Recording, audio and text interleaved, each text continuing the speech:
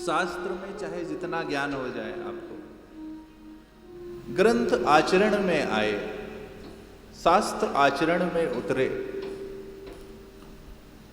देखिए, चाहे हम भौतिक जगत में हो चाहे आध्यात्मिक जगत में हो, ये जो शास्त्र है ना, या शास्त्र की ये जो नियमावली है ना, ये आपकी व्यवस्था को सुचारू रूप से चलाने के लिए है। जैसे यातायात के नियम होते हैं, यातायात के नियम बनाए इसीलिए जाते हैं कि आपका संचालन, आपका चलना व्यवस्थित तरीके से हो जाए, उसमें रोड पर एक्सीडेंट ना हो, किसी भी प्रकार की असुविधा ना हो, और हम सुगमता से अपने गंतव्य तक पहुंच जाएं। उसी प्रकार इस मानव शरीर का क्या उद्देश्य है, और ये मानव शरीर किस लिए जन्म लिया है, किस लिए हमको कब हो के करी करुणा नर देते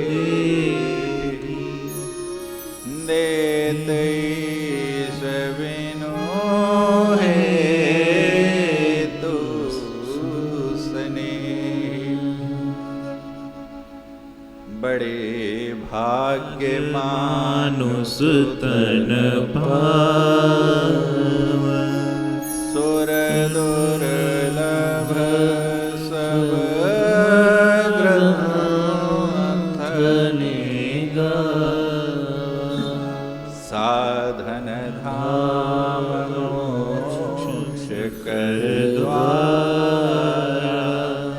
और भैया पाई न यही परलोक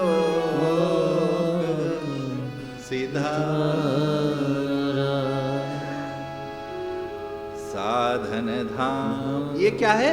ये साधन है। ये शरीर हमको किस लिए मिली है? साधने के लिए मिली। और क्या साधना है, कैसे साधना है, इसका ज्ञान कहाँ से प्राप्त होगा? तो इसका ज्ञान कहीं और से नहीं, यही शास्त्र ही हमें इसका ज्ञान कराते हैं, बोध कराते हैं। जो शास्त्र विधि होकर के जीवन जीता है, जो शास्त्र युक्त जीवन जीता है, जो शास्त्रों में निर्मित जितने भी आचार्य संहिताएं हैं उसके अनुसार आचरण करता है, तो उसको जीवन में बहुत कष्ट उठाने की आवश्यकता नहीं पड़ती, और वो सुगमता से अपने गंतव्य तक पहुंच जाता है। जैसे युवान भाई बहन, आज का समय चल रहा है,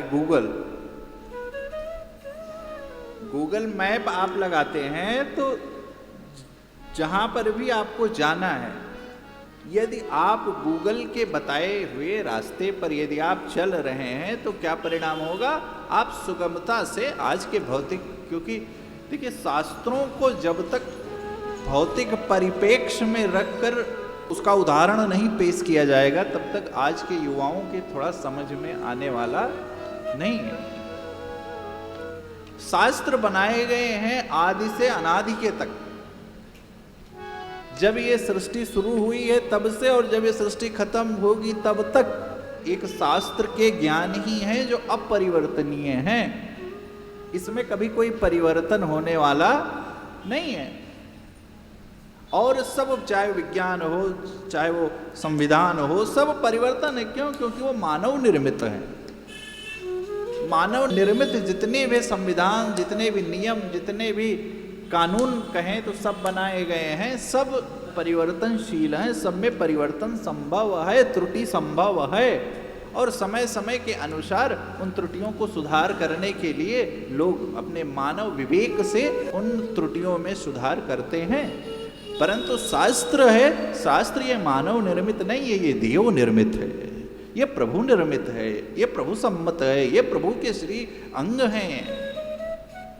इसमें कोई त्रुटि कभी हो ही नहीं सकती।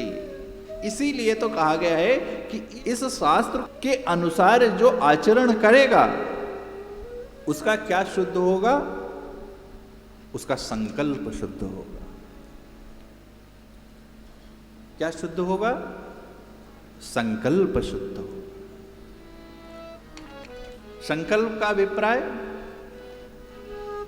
कि हम कैसा जीवन जिए, हमारा आचार कैसा हो, हमारा विहार कैसा हो, हमारा उठना कैसा हो, हमारा बैठना कैसा हो। और इसी के तो मार्गदर्शन की इस समय आवश्यकता है। आज सृष्टि में तो सब कुछ है, परंतु क्या है? मार्गदर्शन ही तो नहीं है, श्रेष्ठ मार्गदर्शक ही तो नहीं है। क्यों? क्योंकि श्रेष्ठ मार्गदर्शक कोई है ही नहीं, ये ग्रंथ ही तो श्रेष्ठ मार्गदर्शक है। और हम इन ग्रंथों से ही अपनी दूरी बना रहे हैं। भगवान गीता जी में कहते हैं, नियतम कुरु कर्म त्वं कर्म ज्यायो कर्मणः। क्या बताते हैं? ये आपको आपके नियत कर्म बताते हैं। देखिए, कर्म और कर्तव्य कर्म में बहुत अंतर है। कर्म तो सब कोई कर ही रहा है, परंतु श्रेष्ठ कौन है? श्रेष्ठ कौन है? जो कर्तव्य कर्म कर रहा है। क्या कर रहा है? कर्तव्य कर्म कर रहा है। डॉक्टर कौन श्रेष्ठ है? जो उसके खर्च हैं उसकी व्यवस्था के लिए लेता है, और समाज में कुछ ऐसे भी वर्ग हैं जिनकी निःशुल्क चिकित्सा करता है। वो क्या कर रहा है? एक डॉक्टर जो किडनी बेच रहा है वो कर्म कर रहा है।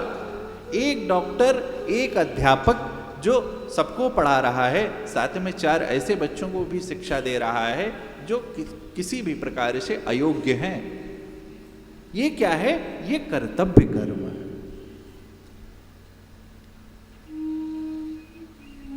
कर्म नहीं, कर्तव्य कर्म करना है। और कर्तव्य कर्म का ज्ञान कब होगा? नियतम कुरु कर्म त्वं कर्म ज्यायो कर्मणः। कब? जब हम शास्त्र विधि कर्म करेंगे। क्या कर्म करेंगे? शास्त्र विधि कर्म करेंगे। कर्मण्येवाधिकारस्य।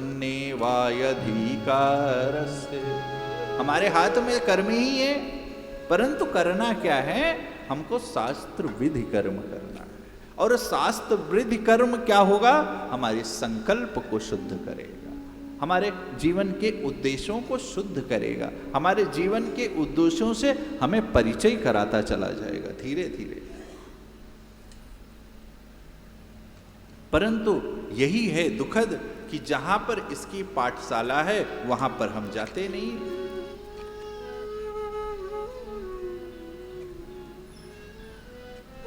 चाहे आप घर में भी रहें, आप अपने घर में भी,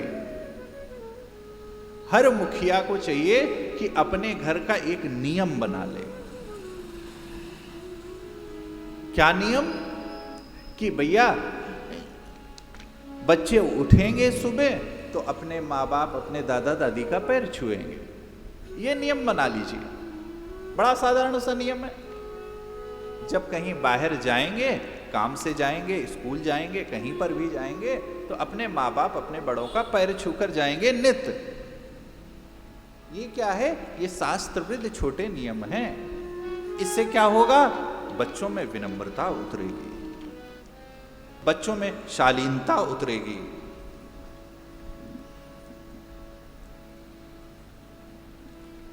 उनका विचार शुद्ध होगा, उनके अंदर दुर्विचार नहीं आएगा, उनके अंदर दुर्व्यवहार नहीं आएगा।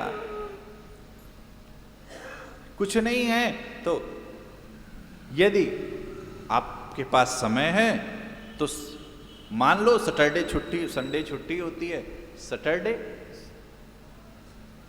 2 मिनट भगवान जहां पर आपका हो वहां पर सामूहिक संकीर्तन कर लो। कोई एक नियम बना लीजिए। रघुनाथ जी का नाम सहस्त्र नाम तातुल्यम राम नाम वरानने। भगवान शंकर भी जिस नाम को जपते हैं, काशी मरत जंतु, और किसके बल पर? राम नाम के बल पर। नाम प्रभाव नीक से जाना शिव बाबा। क्या किए? काल कूट विष पी अमी को। नाम प्रभाव से, नाम के विश्वास से, वही वाली बात, श्रद्धा और विश्वास से बढ़कर कुछ नहीं है। क्या किया? कालकूट विष पी अमी के। तो एक नियम कोई बना लीजिए। क्यों? क्योंकि जब आपके घर में कोई नियम होता है तो आपके जो घर के बच्चे रहते हैं, या कहें तो कुछ नहीं नियम है तो थोड़ी देर मंदिर में बैठने का एक नियम बना लीजिए। 2 मिनट बच्चों को कहो कि जाकर के मंदिर में बैठ जाए।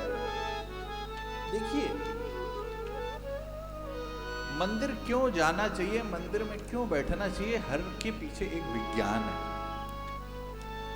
पता है आपको डोम क्यों बनता है? कभी आपने विचार किया है?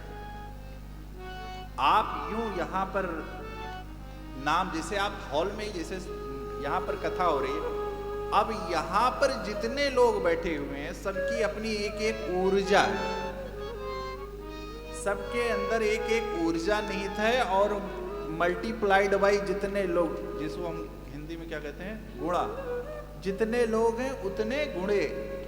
एक के पास एनर्जी है, यदि 50 लोग बैठे हैं तो 50 गुणे 1 इज इक्वल टू बराबर 50। 50 एनर्जी आपको सकारात्मक एनर्जी यहां पर प्राप्त हो रही है। आप बाहर अपने बंद कमरे में आपके पास एक एनर्जी है, उसको आप कितना भी ऊर्ध्वगामी कर देंगे तो 50 के बराबर नहीं कर पाएंगे। इसलिए मंदिर जाना चाहिए, इसलिए कथाओं में जाना चाहिए कि आपके अंदर सकारात्मक ऊर्जा का प्रवाह होने लगता है। आप जब करते हैं,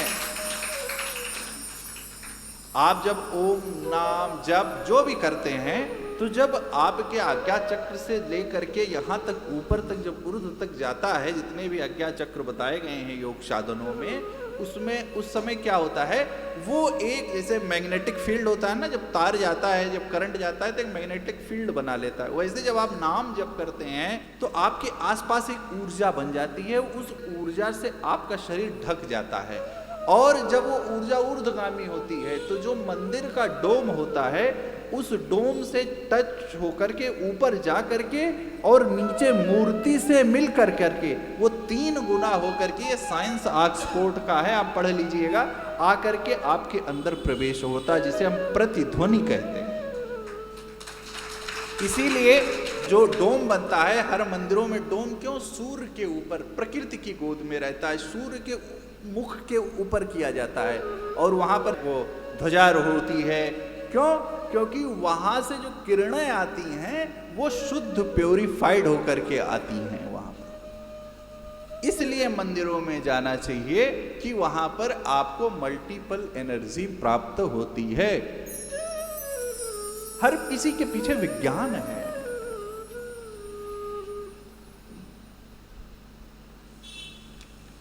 तो आप घर में, आपका मंदिर हो या जहां पर भी हो, तो एक स्थान, कभी एक नियम बना लीजिए कि अपने बच्चे को बोलिए कि भाई जिस दिन भी आपको लगे,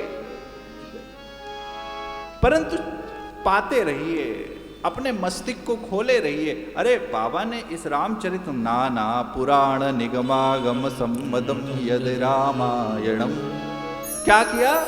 नाना पुराण, कुछ सोरठा, कुछ दोहा, कुछ कवित्व, अनेक से जोड़ लोगों के क्या किया? बाबा ने अपने मस्तिष्क में क्या किया? विचारों को खोले रहे।